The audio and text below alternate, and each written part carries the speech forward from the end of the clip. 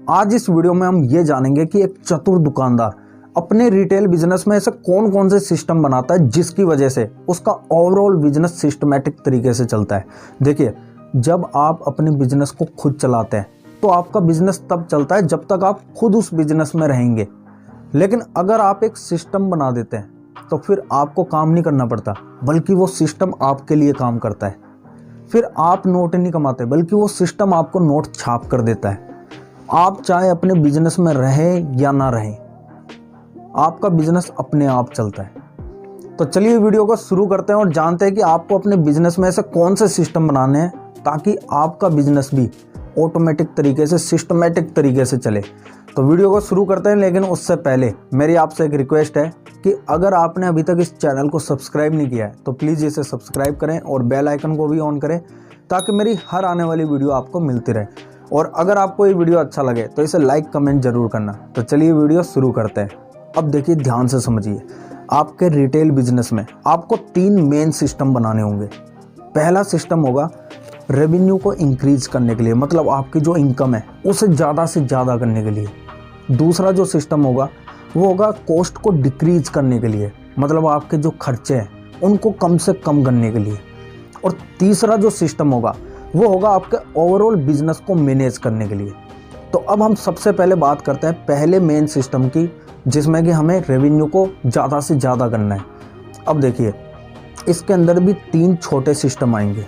पहला सिस्टम होगा मार्केटिंग का सिस्टम, दूसरा होगा सेल्स को इंक्रीज करने का सिस्टम, और तीसरा होगा कस्टमर को रिपीट लाने का सिस्टम। अब हम बात करते हैं मार्केटिंग की।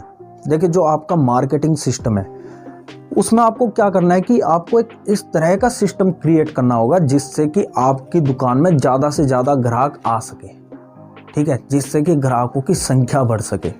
क्योंकि जब ग्राहकों की संख्या बढ़ेगी तभी आपकी सेल्स और ज़्यादा होगी। जैसे आपको एक एग्जांपल देता हूँ, जैसे कोई होलसेल मार्केट होता है, वहाँ पे हज़ारों होलसेलर होते हैं, लेकिन 10-20 होलसेलर ऐसे होते हैं जिन्हें पूरे इंडिया के रिटेलर जानते हैं। क्यों? क्योंकि वो यूट्यूब पर अपनी मार्केटिंग करते हैं, अपनी वीडियोस बनवाते हैं, जिससे क्या होता है कि लाखों लोग अगर उस वीडियो को देख रहे हैं तो उनमें से हज़ारों लोग उनको कांटेक्ट करते हैं और जिनमें से सैकड़ों लोग उनसे ख़रीदारी करते हैं। तो इन होलसेलर ने क्या करा है कि इन्होंने एक ऐसा सिस्टम बना दिया, इन्होंने अपनी एक इस तरह की मार्केटिंग कर दी जिसकी वजह से कि अपने आप ग्राहक इनके पास आ रहे हैं। उनके पास पूरे दिन में इतनी कॉल्स आ जाती है कि काफ़ी बार उन्हें जो है कॉल पिक करने का भी टाइम नहीं मिलता। तो कुछ इसी तरह का काम आपको भी करना होगा। आपको भी एक ऐसा सिस्टम बनाना है जिससे कि ज़्यादा से ज़्यादा ग्राहक आपकी दुकान में आए। दूसरा, सेल्स इंक्रीज करने वाला सिस्टम। देखिए, आपको क्या करना है कि आपका जो सेल्स का स्टाफ है उसको बढ़िया से ट्रेनिंग देनी है। किस चीज़ की? जैसे कस्टमर जो है प्रोडक्ट से रिलेटेड किस तरह के क्वेश्चन कर सकता है, किस तरह के डाउट कर सकता है, किस तरह के जो है ऑब्जेक्शन कर सकता है, उन सब के उनको क्या रिप्लाई देने हैं, इसकी बढ़िया से ट्रेनिंग देनी है। Up selling, cross selling, high margin product को किस तरह से बेचना है, इन सब चीज़ों की आपको ट्रेनिंग देनी है। आपकी दुकान में जो भी प्रोडक्ट है उनको किस तरह से डिस्प्ले करना है ताकि जो प्रोडक्ट आप चाहते हो कि ये ज़्यादा बिके तो उन पर ग्राहकों का जो है फोकस जाए, वो प्रोडक्ट जो है हाईलाइटेड रहे। इन सब चीज़ों पर आपको ध्यान देना पड़ेगा। और जो आपका सेल्स स्टाफ है उनको भी आपको जो है एक इंसेंटिव का जो है सिस्टम बनाना पड़ेगा। क्योंकि देखिए, स्टाफ क्या है कि फिर उनके दिमाग में ये रहेगा कि अगर मैं ज़्यादा माल बेचूंगा, ज़्यादा सेल्स करूंगा तो मुझे भी ज़्यादा कमीशन मिलेगा। तो इस चक्कर में भी क्या है कि वो थोड़ा मोटिवेटेड रहता है ज़्यादा सेल्स करने के लिए। तो इन सब चीज़ों का आपको एक प्रोसेस बनाना होगा। आपको ये एक ऐसा सिस्टम बनाना होगा जिससे कि आपकी सेल्स इंक्रीज हो। इसके अलावा जो तीसरा सिस्टम था कि कस्टमर को रिपीट कैसे लाए, इसके लिए आप क्या कर सकते हैं, कुछ जैसे कस्टमर सपोर्ट सर्विस हो गया, या कोई जैसे आप मान लो फ्री होम डिलीवरी की सर्विस दे रहे हैं तो उस लालच में भी कस्टमर सोचता है कि हाँ, यहीं से माल ले लेता हूँ, सीधा जो है घर पे माल पहुँच जाएगा, मुझे ले जाना नहीं पड़ेगा। जैसे लॉयल्टी डिस्काउंट हो गया, आप कस्टमर को कहते हो कि भैया अगर आप दोबारा हमारे पास अगर ख़रीदारी करोगे तो उस वक्त आपको जो है इतना डिस्काउंट मिल जाएगा। तो इस तरह की चीज़ों का भी आपको एक प्रोसेस बनाना होगा। तो देखिए, जो ये हमारा पहला मेन सिस्टम था रेवेन्यू को इंक्रीज करने वाला, इनकम को इंक्रीज करने वाला। उसके अंदर तीन छोटे छोटे सिस्टम थे, मार्केटिंग सिस्टम, सेल्स को इंक्रीज करने का सिस्टम और कस्टमर को रिपीट लाने का सिस्टम। अब हम बात करते हैं दूसरे मेन सिस्टम की, जिसमें हम क्या करेंगे कि कॉस्ट को डिक्रीज करना है, हमें जो हमारे खर्चे हैं उसको कम से कम करना है। अब उसके अंदर आपको कौन से छोटे छोटे सिस्टम बनाने होंगे? देखिए, उसमें एक तो सिस्टम आपको ये बनाना होगा परचेसिंग का सिस्टम, मतलब जो हम स्टॉक खरीदते हैं पीछे से। तो हमें ये एक सटीक अंदाज़ा लगाना होगा कि भैया हम जो इस बार स्टॉक लाने वाले हैं तो हमें किस प्रोडक्ट का कितना स्टॉक लेना है। आपकी जो पिछली 2-3 महीने की जो सेल हुई है उसके बेसिस पर, आगे किस तरह का सीज़न आने वाला है, किस तरह के फेस्टिवल आने वाले हैं, उसके बेसिस पर आपको इन सारी चीज़ों के बेसिस पर ये एक सटीक अंदाज़ा लगाना है कि कौन से प्रोडक्ट का जो है कितना स्टॉक इस बार बिक सकता है। आपको डिमांड फोरकास्टिंग करनी है और उसके बाद ही अपनी परचेसिंग करनी है। मतलब बहुत सोच समझ के, आपको एक्स्ट्रा जो है फालतू का स्टॉक नहीं खरीदना, क्योंकि उससे क्या होता है कि अगर आप फालतू स्टॉक ला रहे हैं तो वो आपके एक तरह की इन्वेस्टमेंट है जो कि फिर अटकी रह जाती है।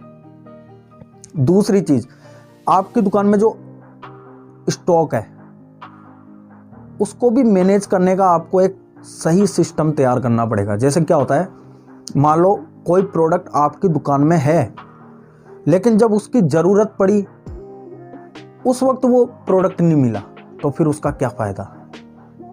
तो आपको क्या करना है कि जो आपका स्टॉक रहता है उसको कुछ इस तरह से मैनेज करके उसको रखना है कि आपको सटीक ये पता रहे कि भैया कौन सा प्रोडक्ट कहाँ पर है, बिल्कुल तुरंत जो है मतलब उस प्रोडक्ट को निकाला जा सके। और दूसरा, जैसे कुछ प्रोडक्ट ऐसे होते हैं जिनकी एक्सपायरी डेट होती है, तो आपको उन पर भी नज़र रखनी है कि भैया जो प्रोडक्ट एक्सपायरी डेट जिनकी नज़दीक आने वाली है तो उनको हमें पहले निकालना है।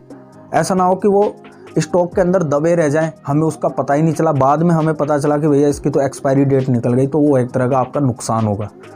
तो इसलिए आपको क्या है कि एक सिस्टम ऐसा बनाना है जिससे कि आप अपने स्टॉक को अच्छी तरह मैनेज कर सकें। इसके बाद जो आपकी दुकान का कैश फ्लो है उसको भी मैनेज करने के लिए आपको एक सिस्टम रेडी करना होगा। जैसे कि आपकी दुकान में कितना पैसा आ रहा है, कितना पैसा जा रहा है। जैसे ही कोई प्रोडक्ट बिकेगा तो उसकी किस तरह से बिलिंग होगी, किस तरह से एंट्री होगी, सॉफ्टवेयर में हर चीज़ कैसे रिकॉर्ड रहेगी कि हमारे यहाँ ये खर्चे हुए हैं और यहाँ से हमारे पास ये इनकम हुई है, कौन सा प्रोडक्ट कितना बिका है, किसका कितना पैसा है। ये सारी चीज़ें जो है आपको इन्हें मैनेज करने के लिए एक सिस्टम रेडी करना होगा ताकि हिसाब किताब में किसी तरह की कोई गड़बड़ी ना हो। अब ये हो गया आपका वो वाला सिस्टम जिसमें हमें खर्चों को कम से कम करना है, ठीक है। उसके अंदर ये 3 पार्ट आ गए कि आपको अपनी परचेसिंग, उसके लिए एक सिस्टम बनाना है, और आपका जो स्टॉक है उसको मैनेज करने के लिए सिस्टम बनाना है, और आपका जो कैश फ्लो है उसको मैनेज करने के लिए सिस्टम बनाना है। अब जो तीसरा मेन सिस्टम है जो कि है आपके ओवरऑल बिजनेस को मैनेज करने के लिए, अब देखिए इसमें आपको 2 छोटे छोटे सिस्टम बनाने होंगे। एक सिस्टम तो होगा आपकी स्टोर को मैनेज करने के लिए, जैसे कि आपका जो स्टाफ है वो ठीक से काम कर रहा है या नहीं कर रहा, कौन कम सेल कर रहा है, कौन ज़्यादा सेल्स कर रहा है, कौन से एम्प्लॉय को ट्रेनिंग की ज़रूरत है, कौन किस काम में बेहतर है, आपकी ओवरऑल दुकान में किस तरह से काम चल रहा है, हर एक चीज़ सही से हो रही है या नहीं हो रही। इन सब चीज़ों को मैनेज करने के लिए आपको एक सिस्टम क्रिएट करना होगा ताकि सारा काम तरीके से हो। और जो दूसरा सिस्टम आपको बनाना है वो ये कि आपका ओवरऑल बिजनेस किस तरह से परफॉर्म कर रहा है उस चीज़ को आप समझ सकें। मतलब आप सॉफ्टवेयर के जरिए ये चीज़ देख सकें कि हमारी कितनी सेल्स हुई है, कौन सा प्रोडक्ट ज़्यादा बिका है, कौन सा कम बिका है, कितना स्टॉक आया है, कहाँ पैसे जा रहे हैं, कहाँ से पैसे आ रहे हैं, कितना प्रॉफिट हुआ है, कितना लॉस हुआ है, हर एक चीज़ को आप समझ सकें। इसके लिए भी आपको एक सिस्टम क्रिएट करना होगा। देखिए, एज अ बिजनेस ओनर आपका जो काम है वो यहाँ पर है कि आप ये चीज़ें देख सकें कि भैया हमारा जो ओवरऑल बिजनेस है वो चल किस तरह से रहा है। लेकिन 99.99% जो रिटेलर्स होते हैं, जो बिजनेस ओनर्स होते हैं, वो एज अ मैनेजर काम करते हैं। वो मतलब कि हर एक चीज़ को खुद मैनेज करते हैं। आपको एज अ ओनर अपने बिजनेस पर बस नज़र रखनी है। आपको बस ये चीज़ देखनी है कि आपको कितना प्रॉफिट हो रहा है, हर काम किस तरह से हो रहा है, कितनी सेल्स हो रही है, कहाँ कितने खर्चे हो रहे हैं। बस आप इस पर नज़र रखिए कि आपके बिजनेस में चल क्या रहा है। अगर आप ये सारे छोटे छोटे सिस्टम बना देते हैं तो आपका ओवरऑल बिजनेस एक जो है सिस्टम में आ जाएगा, जिसके बाद चाहे आप अपने बिजनेस में रहें या ना रहें उससे कोई फ़र्क नहीं पड़ता। आपका बिजनेस अपने आप चलता है। अब जैसे देखिए जो अंबानी जी है, अब वो रिलायंस फ्रेश के स्टोर में जाके खुद थोड़ी ना बैठते हैं। उनके जितने भी देश भर में स्टोर है वो अपने आप चल रहे हैं।